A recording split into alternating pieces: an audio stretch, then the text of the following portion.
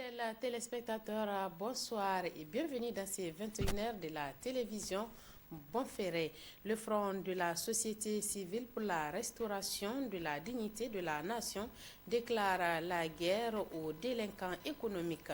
Le Front projette d'organiser une importante marche suivie de meeting le 5 novembre prochain pour exiger du Conseil national pour la sauvegarde de la patrie un assainissement pour mettre le Niger dans ses droits.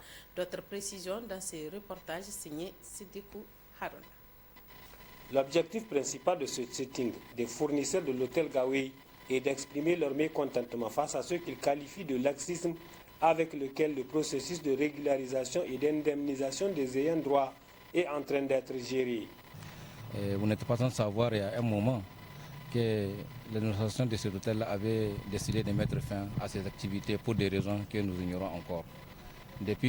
Après s'être largement investi dans le combat pour le départ des troupes françaises, le Front de la société civile pour la restauration de la dignité de la nation, dirigé par Gametier Mahamadou Yansambou, se rappelle à son bon souvenir.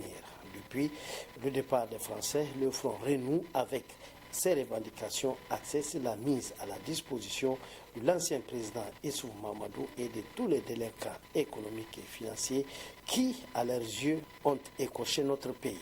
Pour ce faire, il projette d'organiser une marche suivie de meetings pour mobiliser les populations autour de cet objectif. Donc notre marche, premier objectif, c'est de demander au CNSP de ne pas ménager Mahamadou Issoufou, ne pas le protéger, le mettre à la main de la justice pour qu'il rende compte de tout ce qu'il a fait au Niger. Donc voilà, donc c'est pourquoi nous demandons à toute la population de Niamey, parce que la première marche c'est à Niamey, on va organiser des marches à l'intérieur du pays et à l'extérieur du pays. Donc toute la population de Niamey et de ses environs, nous les invitons à venir participer à la marche suivie du meeting que notre front organise le dimanche 5 novembre. Le lieu de rassemblement, c'est à la place de la concertation devant l'Assemblée nationale et on va converger pour aller au rond-point de justice, c'est symbolique pour demander à la justice d'arrêter Mahamadou Issou et tous ces délinquants économiques et financiers qui sont en train d'errer. Pour Gametier Mahamadou Yansambou, l'assainissement permettra d'accroître la confiance entre le peuple et le CNSP et permettra également de renflouer les caisses vides de l'État. Comment est-ce qu'on va demander aux citoyens qui sont déjà spoliés, qui sont économiquement à terre, qu'on demande aux Nigériens de contribuer financièrement pour soutenir ou pour amener une aide au gouvernement ou au CNSP. Alors qu'on sait qu'il y a des gens qui ont amassé des milliards, qui ont volé des milliards. Aujourd'hui, Mahamadou Issou, si on le prend chez lui seul, avec lui, tous les dossiers là, mais la transition peut faire 10 ans sans avoir besoin de l'argent. Mais on va demander à des Nigériens de contribuer. Jusque je vis une fille qui a donné 800 francs. Mais c'est quoi ça? Ça, c'est de l'infantilisation, alors qu'il y a des gens qui ont volé de l'argent, qui sont en train encore de circuler, d'errer partout, et qu'on les laisse comme ça. C'est là qu'on ne comprend pas. À une semaine de la dite marche, le Front s'est dit déjà fait prêt en termes de préparation. Il invite par conséquent les populations de Niamey et alentours à se préparer pour répondre présent à ce grand rendez-vous de l'histoire de notre pays. Les fournisseurs de l'hôtel Gaoui de Niamey ne sont pas satisfaits de la manière dont les ayants droit sont en train d'être régularisés et indemnisés. Ils ont organisé ce matin un sitting à la devanture de l'hôtel pour manifester leur mécontentement. Compte rendu, Boubacar Amadou et Ibrahim Ide. L'objectif principal de ce sitting des fournisseurs de l'hôtel Gaoui est d'exprimer leur mécontentement face à ce qu'ils qualifient de laxisme avec lequel le processus de régularisation et d'indemnisation des ayants droit est en train d'être géré. Vous n'êtes pas sans savoir, il y a un moment, que l'administration de cet hôtel avait décidé de mettre fin à ces activités pour des raisons que nous ignorons encore. Depuis lors, aucun contact. Les fournisseurs étaient donc abandonnés à leur sort. Ils étaient obligés de venir à tout moment, mais chaque fois qu'ils viennent, ils trouvent que l'endroit est désert. Ils ont cherché à rencontrer l'administration, ne serait-ce pour tenir la réunion, pour faire la part des choses, afin que chacun d'eux puisse connaître sa situation. Mais malheureusement, tel n'a pas été le cas. Plusieurs tentatives de médiation ont été engagées, qui sont tous restées vaines. Donc, quand ils ont compris qu'il y avait donc, la politique des 2 fois 2 mesures, ils ont organisé un certain nomadisme, des rencontres de différentes institutions dont ils pensent qu'ils peuvent vraiment apporter un plus dans la recherche des solutions à leur situation. Et c'est avéré que c'était les mêmes allocations qui sont fournies auprès de ces différentes institutions qui leur disent de retourner à la base parce que tous les dossiers sont concentrés au niveau de l'hôtel Gawai et qui sont par conséquent gérés par l'administrateur délégué et les directeurs financiers. Et il se trouve malheureusement que ce dé-là, il refuse de rencontrer les fournisseurs.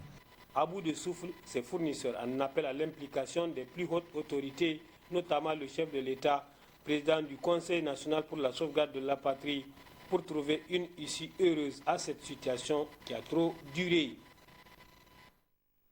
La Fondation Bois a procédé ce matin à la remise d'un lot de matériel en guise de dons au ministère de la Santé publique.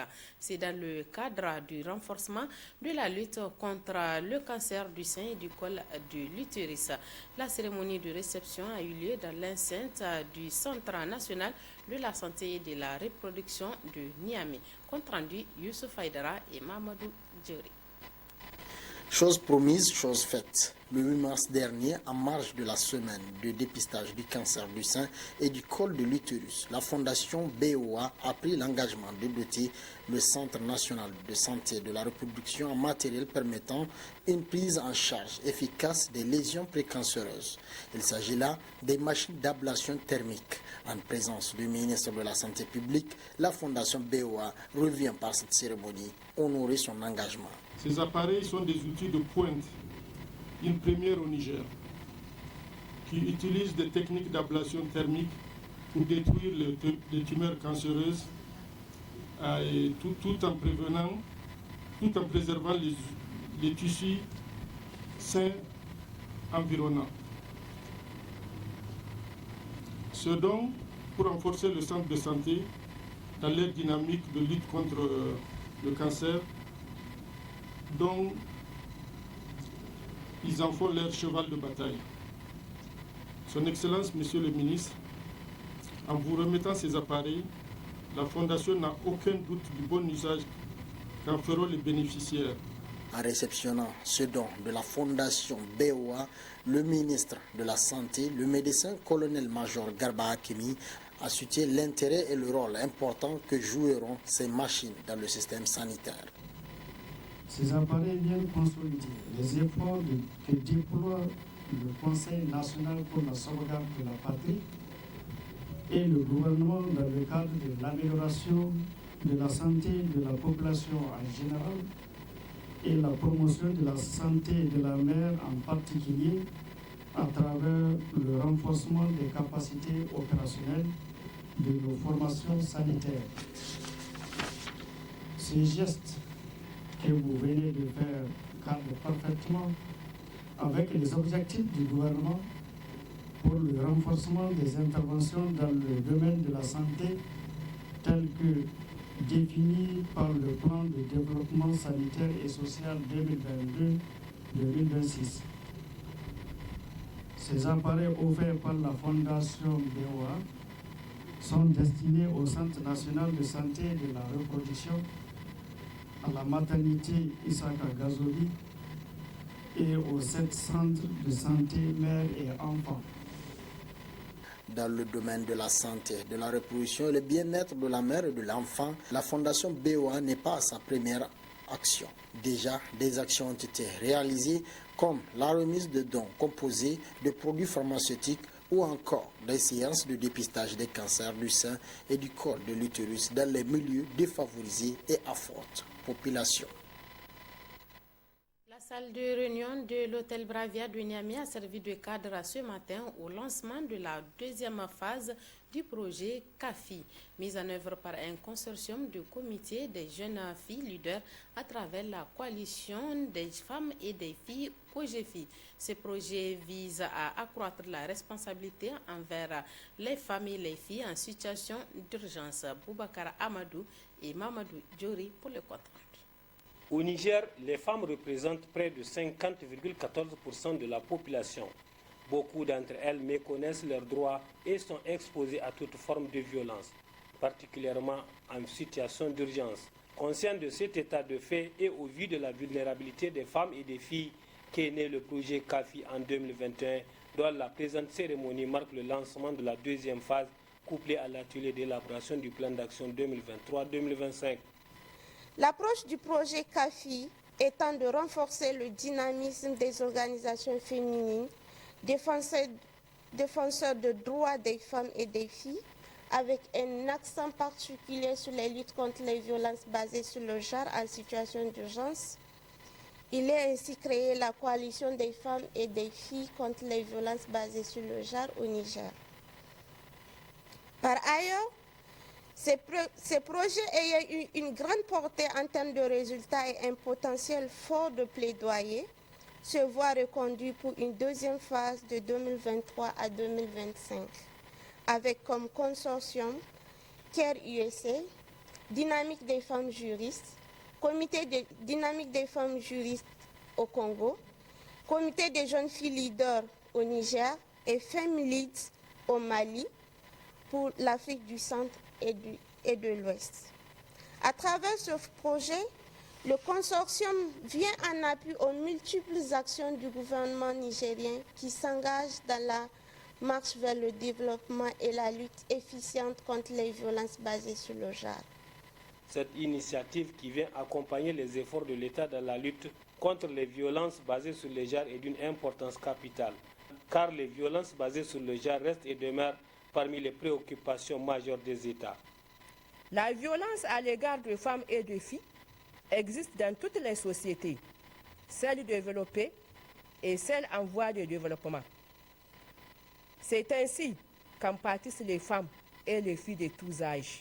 Aussi, selon l'étude sur l'ampleur et les déterminants de violences basées sur les genres au Niger, réalisée en 2021 par le ministère de la Promotion de la Femme et de la Protection de l'Enfant, les résultats obtenus indiquent que les femmes restent dans l'ensemble les plus touchées par le phénomène. En atteste la prévalence globale de violences basées sur les genres au cours de la vie, qui est de 29%, soit respectivement 38,2% chez les femmes contre 16,3% chez les hommes. Au vu des conséquences alarmantes qu'entraînent les violences faites aux femmes et aux filles à travers le monde en général et dans notre société en particulier, nous sommes appelés à agir de concert avec tous les acteurs et avec toutes les actrices pour faire face à ces défis. L'assistance a eu droit à une projection sur les violences basées sur le genre, la présentation du projet CAFI, ses objectifs et les résultats obtenus dans la mise en œuvre de la première phase. Ensuite, un atelier d'échange pour élaborer le plan d'action 2023-2025. Le projet CAFI est mis en œuvre dans toutes les régions du pays, excepté celle d'Agadez.